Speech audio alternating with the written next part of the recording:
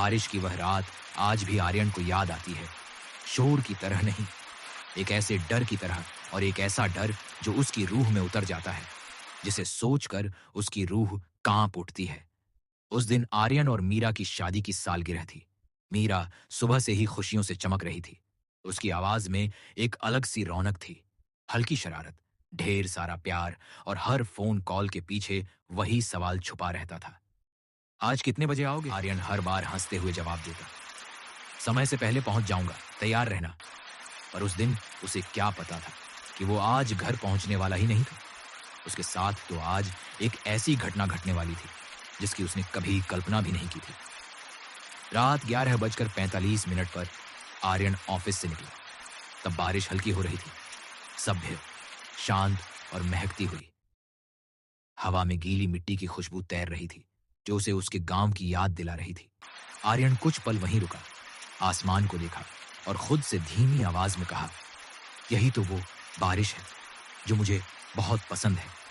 घर जाने के लिए उसने अपनी बाइक निकाली और उसे स्टार्ट किया, और उसकी बाइक ने जैसे उस रात घर जाने से इनकार कर दिया था।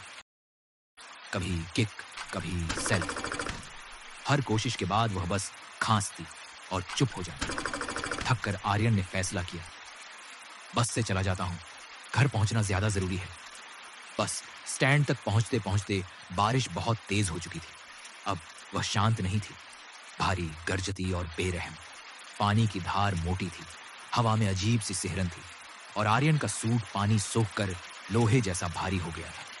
कदम सड़क पर गिरते तो छप छप नहीं, धप धप की आवाज आ रही थी। वह सिर पर सूटकेस रखे खड़ा था, तभी उसके ऊपर गिरती बारिश अचानक रुक गई। सिर उठाया तो सामने एक अजनबी छतरी लिए खड़ा था। चेहरा साधारण, कपड़े पुराने, छतरी सस्ती, पर उसकी मौजूदगी कुछ अजीब ही लग रही थी। आर्यन ने राहत भरी मुस्कान के साथ कहा, धन्यवाद भाई, वरना आज तो मैं बह ही जाता। अजनबी ने हल्की हंसी छोड़ी, ऐसी हंसी जो गले से नहीं सीने के पीछे से निकलती है। फिर वह धीरे से बोला, कुछ लोग घर पहुंचते हैं, कुछ लोग बस रास्ते में ही जाते हैं।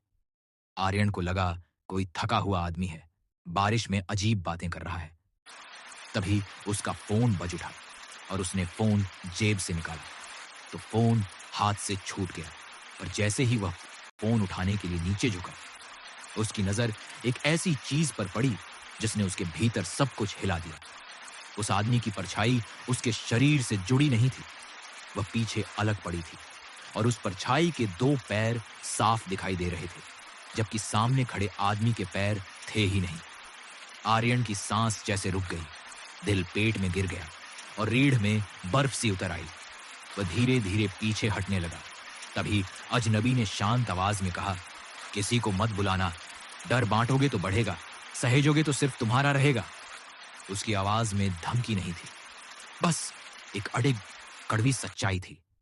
डर से कांपते हुए आर्यन वहां से दूर भागने लगा, पर सड़क अब सीधी नहीं लग रही थी। ऐसे लग रहा था जैसे किसी ने खींचकर सड़क को लंबा कर दिया हो। और तभी बस आ गई और न जाने कहां से भीड़ आई। आर्यन भी बस की तरफ भागा।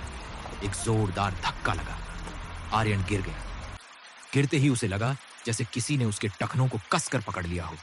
नीचे देखा तो वही परछाई उसके पैरों से लिपटी थी और बस के पहिए उसकी तरफ बढ़ते जा रहे थे।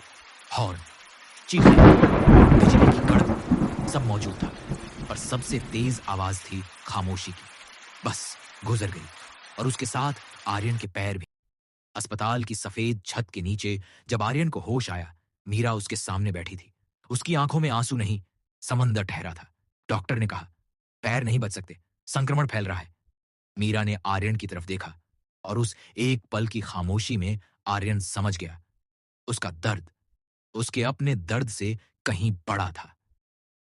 ऑपरेशन के बाद जब आर्यन व्हील चेयर पर बाहर आया, मीरा ने उसका चेहरा हाथों में लेकर कहा, तुम जहां भी चलो आर्यन, मैं तुम्हारा रास्ता बन जाऊंगी।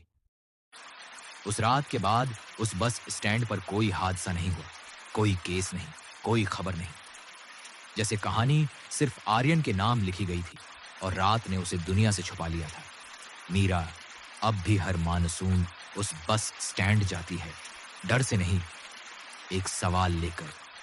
लेकिन अब वहां पर कोई नहीं आता। कहानी पसंद आई हो तो चैनल को सब्सक्राइब जरूर करें। धन्यवाद।